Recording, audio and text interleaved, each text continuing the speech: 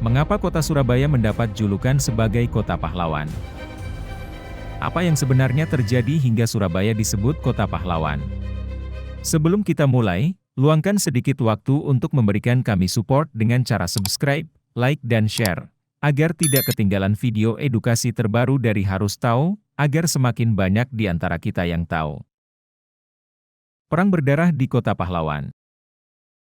Pada saat itu perang memang terjadi di kota mana saja saat masa penjajahan.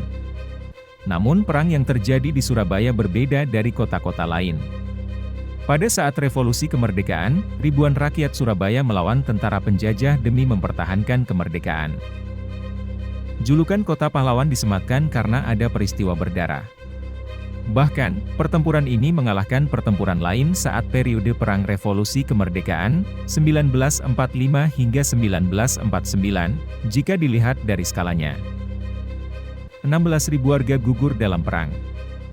Hal tersebut tak bisa dipungkiri, 120.000 warga Surabaya terpaksa harus melawan 30.000 pasukan Inggris yang pada saat itu sudah mempunyai alat perang modern baik di darat, laut, maupun udara. Perang ini terjadi karena banyaknya negara di barat tidak mengakui kemerdekaan Indonesia secara sah, sehingga terjadilah pertempuran Arek Suroboyo dengan bangsa asing.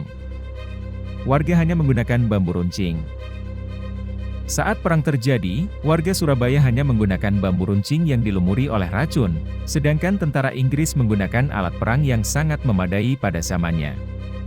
Tak hanya itu, mereka pun memiliki persiapan dan strategi yang matang, tidak seperti warga Surabaya yang sebelumnya tidak memiliki persiapan dan strategi tempur.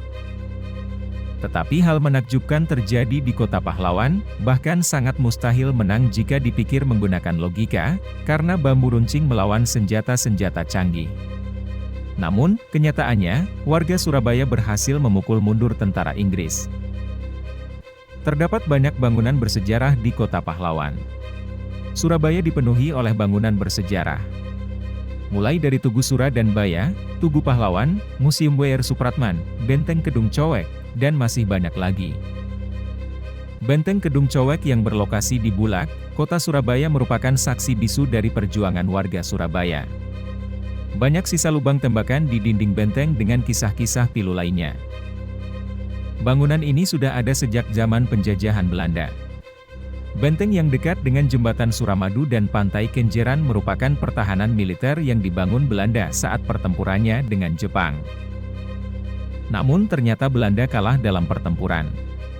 Tak perlu menunggu lama, Jepang mengambil alih benteng ini, akan tetapi, terjadi perang berikutnya, yaitu Jepang dengan sekutu Nica. Negeri Sakura ini harus terpaksa mundur dan merelakan benteng ini. Pada akhirnya, benteng ini diduduki oleh Indonesia. Benteng Kedung Cowek digunakan oleh Tentara Keamanan Rakyat atau TKR dan pasukan Sriwijaya sebagai pertahanan.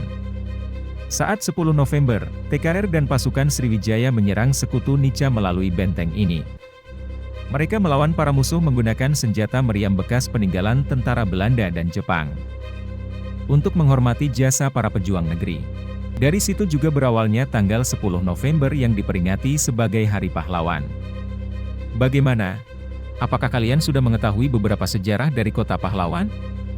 Buat yang sudah menonton dari awal, jangan lupa untuk berikan like, share dan subscribe. Saya Harus Tahu, pamit undur diri dan terima kasih.